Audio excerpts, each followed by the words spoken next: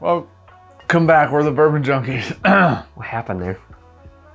Bardstown's new origin rye. I almost died. Fingers crossed.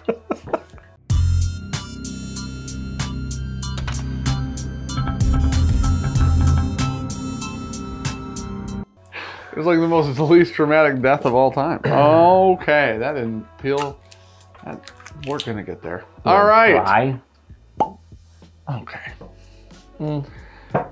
3 out of 10. We're gonna redo where this is a. I like your head's at. Try again. 6. 5 out of 10. Oh, okay. I doubled the 3 because the 3 was pathetic. Yeah, that's fair. Bardstown Origin Series, new whiskeys. There were 3 of them. Well, there were 2, now there are 3. Yeah. This is the Origin. This is the Origin rye. Did I say the Origin? You said the Origin. It's one of them.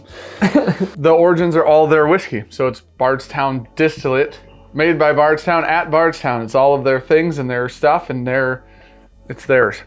It's theirs. There's the history lesson. Now let's see how it tastes. Is this the one that's the split stave barrel? Oh yeah, this is, oh, dude, it's a good thing you're here, Sean. This is that infrared toasted cherry. It's split stave between cherry and oak. Toasted cherry wood and oak barrels. Yeah. And then it's like, I believe that the barrel's actually infrared toasted. I didn't even read that on the front. I thought it was on the side, and I was like, I didn't see it on the side. Because I read the side. Yeah. Yeah, I didn't check the front.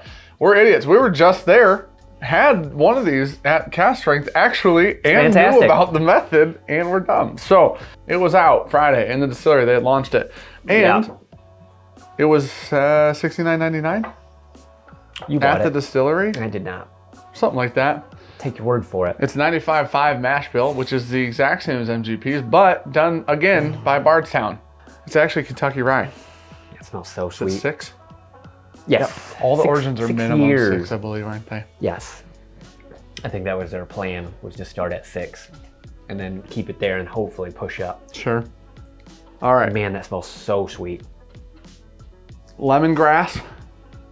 I don't think it's that. You're getting like citrusy? Mm-hmm. You know what it reminds me of? 100% Those like orange circus candy, like the peanuts? orange squares. No. Like the orange slices. Oh yeah. They're just covered in sugar. Yeah, the one with granulated sugar on the outside. Yep. They were like, you know what would be expensive? Melting that. Why don't we just dip it in there while it's wet? It does smell like that. Yeah. See, okay, I'll go with that because I like that because this is super sweet on the nose. But I still am adding a more like a lemon drop candy note, like a lemony. Tastes like heartburn.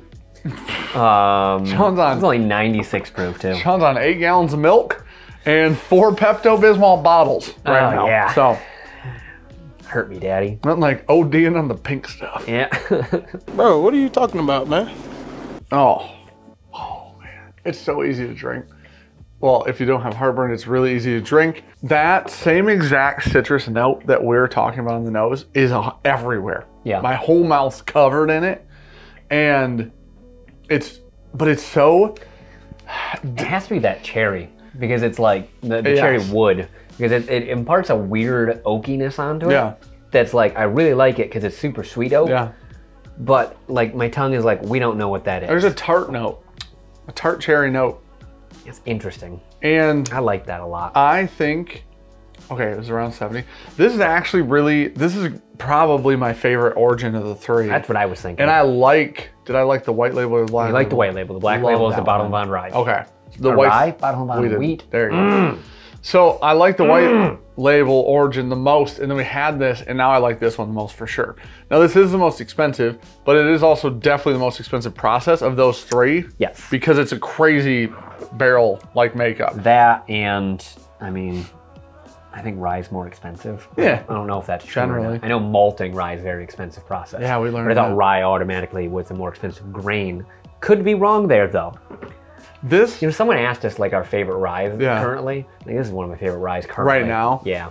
And in theory, like this is going to be like normally available. Yeah. Not like a limited, you know what I mean? Well, that's the point of the Origin series is, right. I mean, you're replacing the Fusion. Yeah. Those were always available. Yeah. The pretty big footprint. You would assume that the Origin is going to be a pretty big footprint as well. I think like when somebody's like, what's your favorite? My brain's like, probably something that I had one of that I'll never drink it. You know, the nice part is like you can say you like this and you're like, yeah, you can probably buy it too. Like that's kind of cool. Man, it is so sweet though. It is very sweet. What's so interesting about this bottle to me is that MGP, obviously, or Rouse and Squibb in Indiana make a lot of 95.5 ryes. Often they can be very sweet. They can also be very herbal and dilly. This is slightly herbal, not dilly, and very sweet at the same recipe. I can see like calling it a little like sweet tea in the mid palate. Yeah, just like a little bit of that herbalness, like a sweet black tea. Not like mushroom, floral, mossy, not that. That's the wrong floral. That's earthy. But this is like well balanced. What I will be very interested to see is if and when there are pics of this and their cast strength. Because that'd be wild, cool. I bet. That'd be really cool. I think as it sits right now, this is the best of the 3 origins for me. I think so as well. I also agree that like as of late rye releases, this is one of the better ones I've had. This beats the hell out of Rare Breed rye for me. For you, yeah. Now the proof's very different, but I still think that this is a better whiskey. Man, $70 rye. I don't even know what to put against that. Would you put like a Willet 4-year? That's give or take. It's about $70 for it. Those are a little bit higher in proof. Yeah. I still prefer this for me. Really? Mm-hmm. I think I like the profile on this a lot. Always are a bit more of that dilly, earthy, spicy stuff. Yeah. This is fat kid whiskey for sure. It is like it's more a bourbon drinker's rye, I guess I'd say. Yeah. A Kentucky rye, this would classify more as a Kentucky rye. Even I know it is. It drinks more like a Kentucky rye than other 95.5s. Yes. You get old MGP or Ross and whatever you want to say, like the older 8, 9+ year stuff, that earthiness starts to go away and then it starts to get sweeter. This is just already at that sweet point at 6. I like this a lot. New Riff rye or this rye? Ooh, that's actually a good one. This means I agree. Yeah, New Riff rye is great. This actually leaves like, okay, so that was my 3rd drink. There's still a nice tingle that's laying in the back right now. Yeah, right about here. No, that's acid reflux. The tingle from the rye, like the warmth of the rye, a little bit of baking spices on the back, that's for real. I just like it. That's great. That's a great whiskey.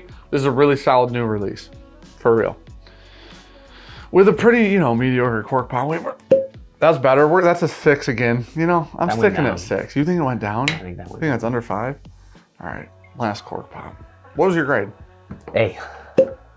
That's pretty much the same. That's a 6. That's all we're getting out of her. Max pop, 5 or 6. I think it's just a flat A. That's fantastic. I don't know another rye that I really want to drink in the same price tag and not feel so guilty about drinking because it is really good. Yeah. You can bring this out for people, they'll enjoy it. I'm going A-. It's not super hard to replace, I don't think. Yeah. No, hopefully. Not in the future it won't be, in theory. So, A- because... Because why? I want it to be like, I want to try it at like 105 proof.